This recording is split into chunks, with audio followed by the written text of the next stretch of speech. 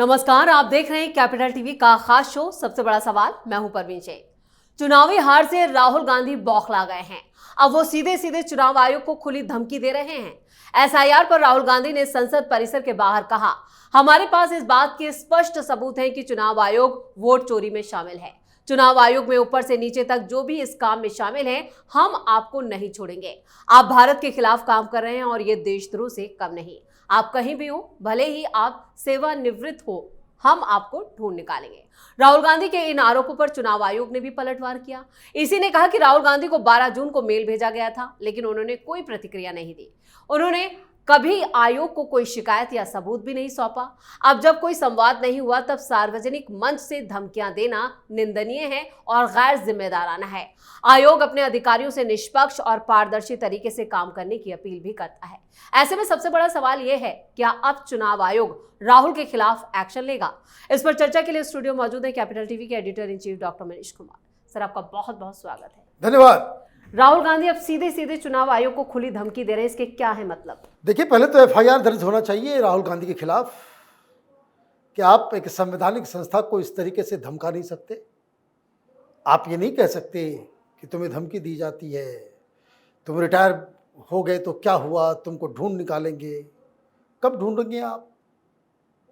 कैसे ढूंढेंगे आप? इस देश में कोई कानून है या नहीं है? प्रधानमंत्री भी अगर अब आप बन गए, जिसके चांसेस बड़े अभी तो दिख नहीं रहे, तो क्या आप किसी को भी ढूंढ के निकाल करके आप टांग दोगे? हैं? ये ऑटोक्रेसी चल रहा है क्या? ये गुंडागर्दी करने का जगह बन गया है संसद? एक एफआईआर दर्ज होनी चाहिए। वो एक अंसारी का बेटा था ना, जिसने ऐसी धमकी दी थी जी, मऊ के अंदर, अफजालन, है ना, कि हमने कह दिया पुलिस वालों को, भैया से बात हो गई, अखिलेश भैया से बात हो गई। ही वॉज सो श्योर कि सरकार तो हमारी बन रही है, 6 महीने तक यहीं पर रखेंगे और सबका इलाज करेंगे। एफआईआर दर्ज हो गया, विधायकी भी गई, विधायकी भी गई। यही धमकाने की वजह से, ऐसा नहीं कि उसने मारपीट की, धमकी जी। और आप तो ज्यादा जिम्मेदार हो, आप एलओपी है, आपकी धमकी और भी सीरियसली ली जाएगी। तो एफआईआर दर्ज होना चाहिए इनकी सांसदी। He is not fit for politics, he is a good man. Party वार्टी कीजिए, देश विदेश घूमिए, रील्स वगैरह बनाइए, पॉडकास्ट वगैरह कीजिए, वो आपके ऊपर सूट करता है, नॉट पॉलिटिक्स। अब आते हैं कि भाई अचानक से इनको क्या हो गया है कि भाई कुछ ज़्यादा ही इन्होंने टाइगर श्रॉफ की फिल्में देख ली क्या? एक्शन हीरो बन गए जी। नहीं, बात समझिए क्या है। जेल जाने का तलवार लटक रहा है।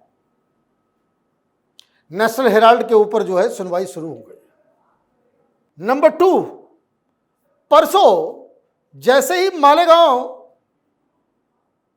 का रिजल्ट आया, वर्डिक्ट आया, जी, तो लोगों ने, मीडिया वाले पहुंच गए।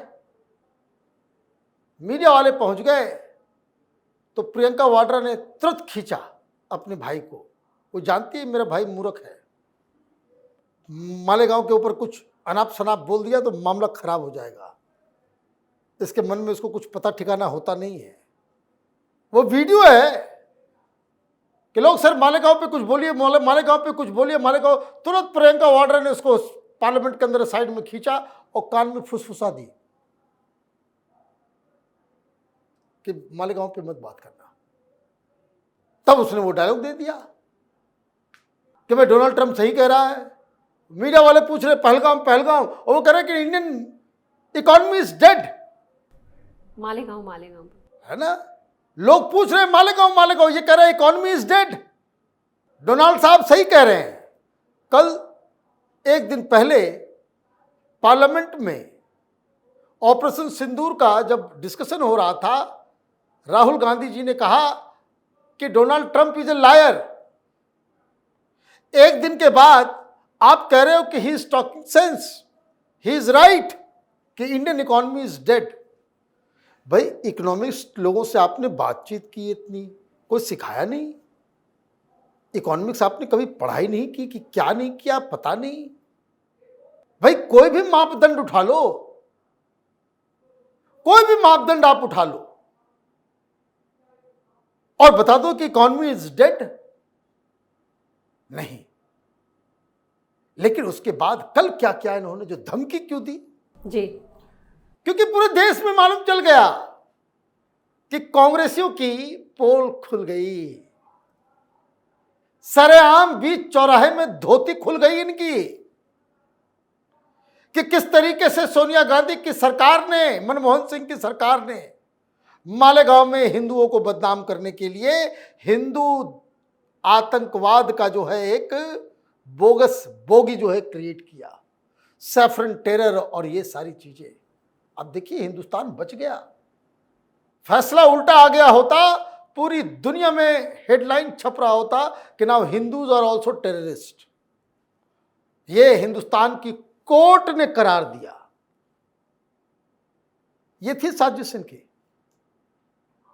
कैसे मोहन भागवत को गिरफ्तार करना है, कैसे योगी आदित्यनाथ को गिरफ्तार करना है, उसका नाम बुलवाना है, इसके लिए आपने यातनाएं दी सारे गवाहों को, तो वो पोल पट्टी खुल गई।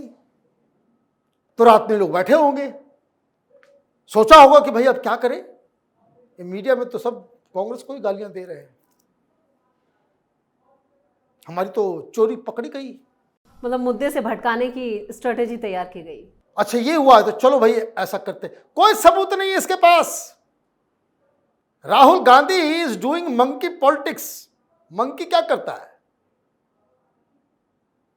एक डाल से दूसरे डाल, उस डाल से उस डाल, इस डाल उस डाल, खामखा। आपने ईवीएम से शुरू किया, अब ईवीएम मुंह से निकालते नहीं है, क्यों नहीं निकाल रहे भाई? ईवीएम अब सब ठीक हो गया देश में, ईवीएम ठीक हो गया। पहले तो आप डिसाइड कर लो, पहले आप डिसाइड कर लो, ईवीएम खराब हो रहा है कि वोटर लिस्ट में गड़बड़ी हो रही है। अगर ईवीएम खराब है तो वोटर लिस्ट में गड़बड़ी करने की तो कोई जरूरत नहीं, तो ईवीएम सही हो जाएगा सब कुछ। और अगर वोटर लिस्ट में गड़बड़ी हो रही है, वोटर लिस्ट में गड़बड़ी करके बीजेपी जीत रही है, तो इसका मतलब ईवीएम ठीक है। दोनों चीज तो नहीं होगा। You are a bad loser, घटिया। हार को स्वीकार करना डेमोक्रेसी में यह सबसे बड़ा कर्तव्य है जी, कि चुनाव हारे, जनता जनार्दन का फैसला। लेकिन होता क्या है कि ये अमीर जादे हैं ना, जीवन में कभी तो स्ट्रगल किया नहीं, मुंह से आवाज निकाली, चीजें हो गई, इसलिए इनको मैं हार कैसे गया, ये चाय वाला कैसे मुझे हरा सकता है? मैं हारा नहीं, ये ईवीएम खराब है।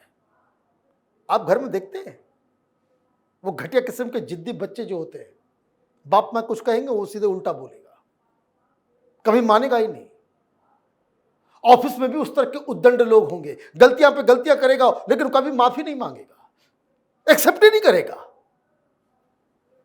ये सेल्फ सेंटर्ड इगोइस्टिक कैरेक्टरिस्टिक्स जो है, तो ये राहुल गांधी है कि वो अरे कैसे मैं हार कैसे सकता हूं। तो ईवीएम खत्म हो गया तो अब वोटिंग लिस्ट जो है वो, तो जहां आपने शुरू किया पहले, कहां, महाराष्ट्र। पिछले 17 तारीख को इलेक्शन कमीशन ने एक डिटेल रिपोर्ट दी, उसके ऊपर मैं अलग से एक स्टोरी करूंगा, वो अचानक से मुझे याद आ गया।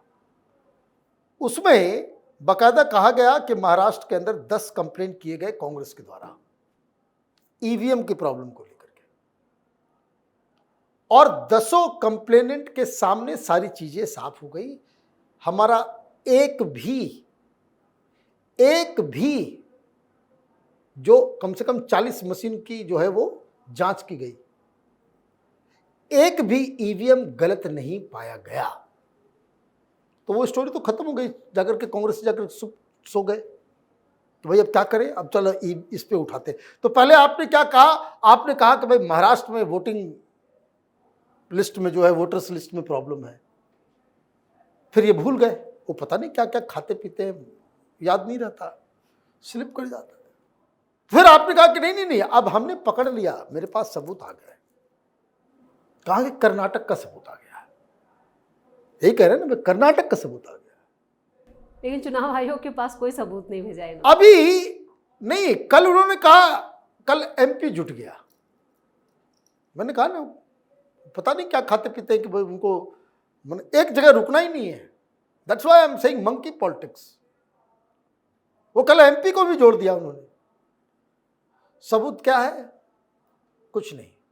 कारण क्योंकि शुरू से ही इनके पास कोई सबूत नहीं था। ईवीएम आज से करें 2014 से 2024 तक, ये ईवीएम 2025 तक, ये तो अभी नया नया मिर्गी चढ़ा है दिमाग में लोगों के कि भाई वोटर लिस्ट में गड़बड़ी है ना। तो अभी ये जो दौरा चढ़ा है ना, ये दौरा तो नया है। ईवीएम का जो उबाल जो है वो शांत हो गया। ये भी शांत हो जाएगा, ये भी शांत हो जाएगा। एसआईआर ने तो अपना काम कंप्लीट हो गया। इलेक्शन कमीशन ने तमाम लोगों की लिस्ट पोलिंग स्टेशन वाइज जो है, हर बूथ वाइज जो है वो जारी कर दिया। अब आपके पास जरा सी भी पॉलिटिक्स करने का एक्यूमेन है, सेंड योर मैन, एक एक पोलिंग बूथ पे क्या क्या गड़बड़ियां हैं उसको अभी करेक्ट करवा लो। चुनाव हारने के बाद चीखने चिल्लाने से लोग आपके ऊपर हंसते हैं, कोई आपको सीरियसली नहीं लेता। चलिए, इस तमाम जानकारी के लिए और सटीक विश्लेषण के लिए आपका बहुत बहुत धन्यवाद। धन्यवाद। राहुल गांधी के बयानों से साफ है कि उन्हें बिहार में भी अब अपनी हार दिखने लगी है, इसलिए वो चुनाव आयोग पर दबाव बनाने के लिए अनाप शनाप बयान दे रहे हैं। वो अपने बयानों से संसद के साथ साथ चुनाव आयोग का भी अपमान कर रहे हैं, जिससे उनके खिलाफ अब बड़ा एक्शन लिया जा सकता है। ऐसे में देखना होगा कि कब ईसी का चाबुक राहुल गांधी पर चलता है। इस खास शो में इतना ही। वीडियो कैसा लगा कमेंट करके अपनी राय जरूर दें। वीडियो को लाइक करें, शेयर करें और कैपिटल टीवी को सब्सक्राइब जरूर करें। धन्यवाद।